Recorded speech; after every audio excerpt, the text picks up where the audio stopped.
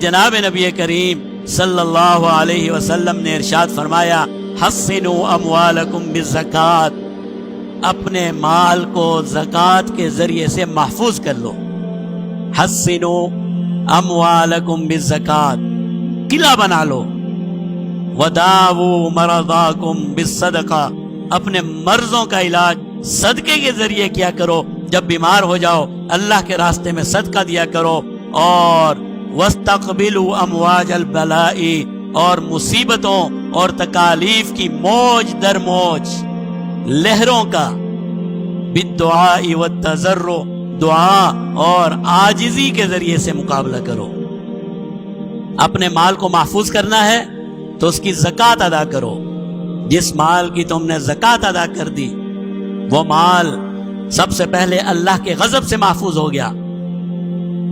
اگر مرض آ جائے تو اللہ کے نام پر صدقہ اور خیرات کرو۔